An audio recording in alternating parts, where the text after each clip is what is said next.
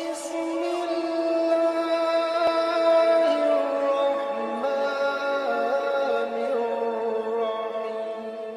26واں بڑا گناہ اور حرام کام، عورت سے ہاتھ ملانا۔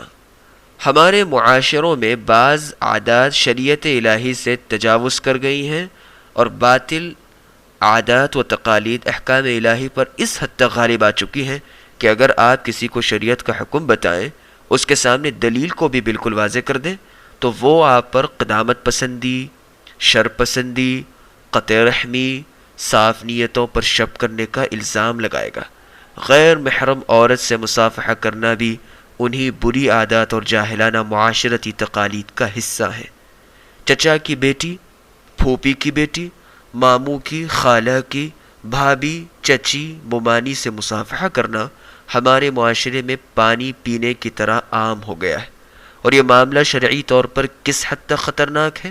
اگر لوگ بصیرت کی نگاہ سے دیکھیں تو کبھی ایسی حرکت نہ کریں۔ رسول اللہ صلی اللہ علیہ وسلم کا ارشاد ہے، لَأَن يُطْعَنَ فِي رَأْسِ أَحَدِكُمْ بِمَخِيطٍ مِّنْ حَدِيدٍ خَيْرٌ لَهُ مِنْ أَن يَمَسَّ امْرَأَةً لَا تَحِلُّ لَهُ۔ الطبرانی جلد 20 صفحہ نمبر 212، صحیح الجامع الصغیر الالبانی حدیث نمبر 4921۔ تم میں سے کسی کے سر میں نشانہ بنا کر سوئی ماری جائے تو یہ کسی غیر محرم عورت کو چھونے سے کہیں زیادہ بہتر ہے۔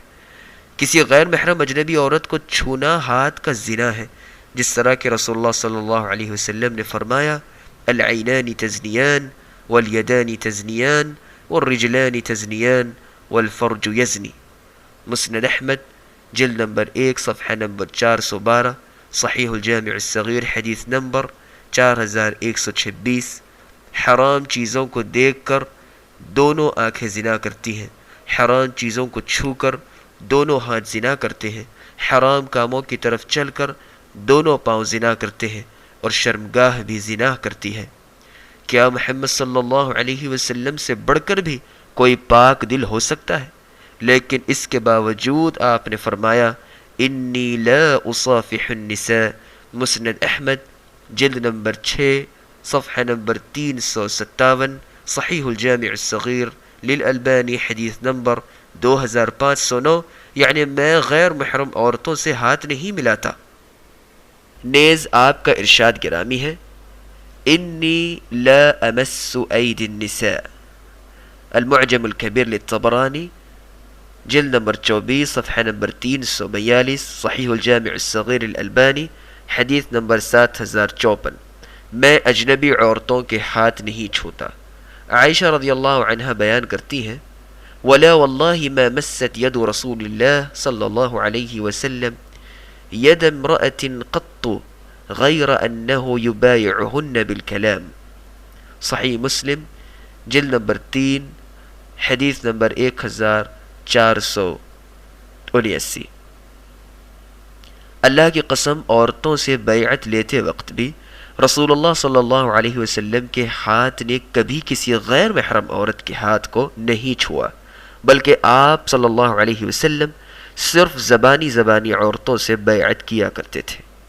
بعض پیشہ ور دولت اور ایمان کے لٹیرے نام نہاد پیر اور عورتوں کے جھرمٹوں میں گھرے ہوئے گدی نشیں اپنی مریدنیوں سے ہاتھ ملانے، بوس و کنار کرنے اور ہر طرح کی جنسی خدمت لینے میں کوئی عار محسوس نہیں کرتے۔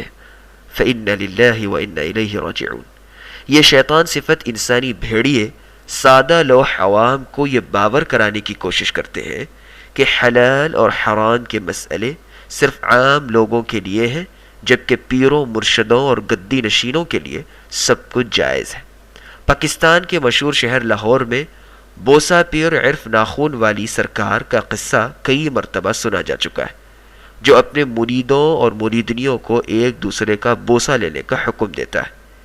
ایک طرف تو یہ شیطان کے چیلوں، عیاش، پیروں اور گدی نشینوں کا شیطانی کردار، اور دوسری طرف ساری کائنات کے افضل و اعلی رسولوں کے سردار محمد صلی اللہ علیہ وسلم کا حال یہ کہ دل و نگاہ پاک و صاف ہونے کے باوجود، امت کے روحانی باپ ہونے کے باوصف، اپنی امتی عورتوں سے بیعت کے دوران ہاتھ ملانے کو جائز نہیں رکھتے۔